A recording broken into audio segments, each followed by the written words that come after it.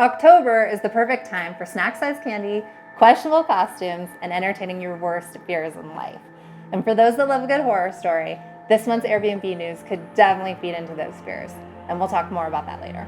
But for those that might want to try it or aren't sure but would like to hear about all the stuff that doesn't make the news but could potentially be a nightmare, we've listed our personal worst Airbnb stories below, as well as some tips on how to avoid having your very own house of horrors. Things that go meow at night. The listing said there'd be a cat that needs to be fed. The listing did not say there'd be a cat that needs to be fed, medicated 3 times a day, was prone to meowing all night, preferred the bathtub to its litter box, and was owned by a very neurotic part-time actor who liked harassing Airbnb guests with texts such as, "Have you pet the cat today?" and "If the cat meows, she needs love."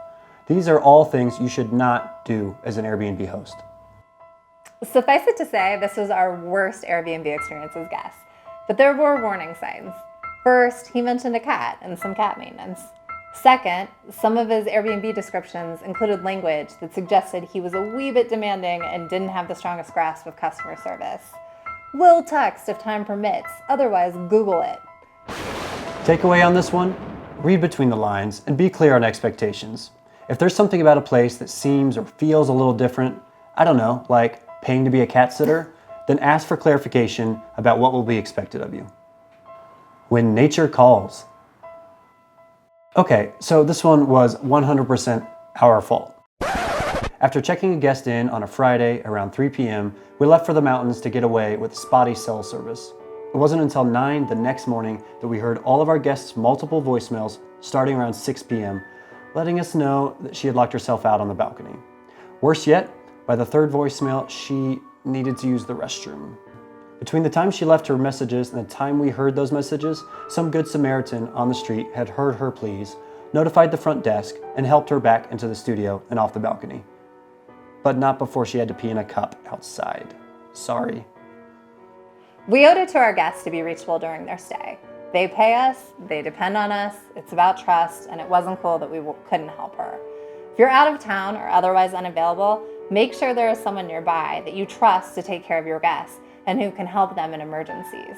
And as a side note, in many cities, including Denver, this is actually now part of the law. R.I.P. We used more colorful language than rest in peace for the $2,400 condominium garage door we had to replace. But the point is, it died after our guest ran into it with his Jeep. And we know our guest did this because our condo security cameras caught it and checked who was staying at our place during that time. And a month later, let us know we had a $2,400 bill to pay because buildings like working garage doors. We won't bore you with the details, but know that we did get the money back. The good news is Airbnb has all sorts of safeguards in place to help you in this kind of situation.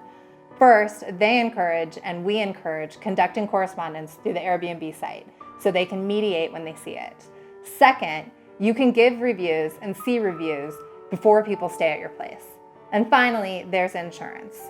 So Airbnb provides insurance, but we don't think that's enough. And we encourage you to go out and get private short-term insurance, which can help cover you in these kinds of disasters. Finally, there's been a lot of press this month about someone in Florida using a modified smoke alarm to film their Airbnb guests in the bedroom. Now that's truly creepy and a legitimate horror story. And I feel really terrible for the people that were involved in that. But Airbnb has had over 50 million users and relatively few horror stories. And we've had over 150 guests and minimal issues. The review system on the site helps keep at least most people honest, and it's proven to be a fairly safe platform for almost everyone that's used it. Try not to let the occasional one-off spook you too much. With BiggerPockets.com, my name is James. And I'm Erin. Thank you for watching, and if you enjoyed this video, please give us a thumbs up and leave a comment.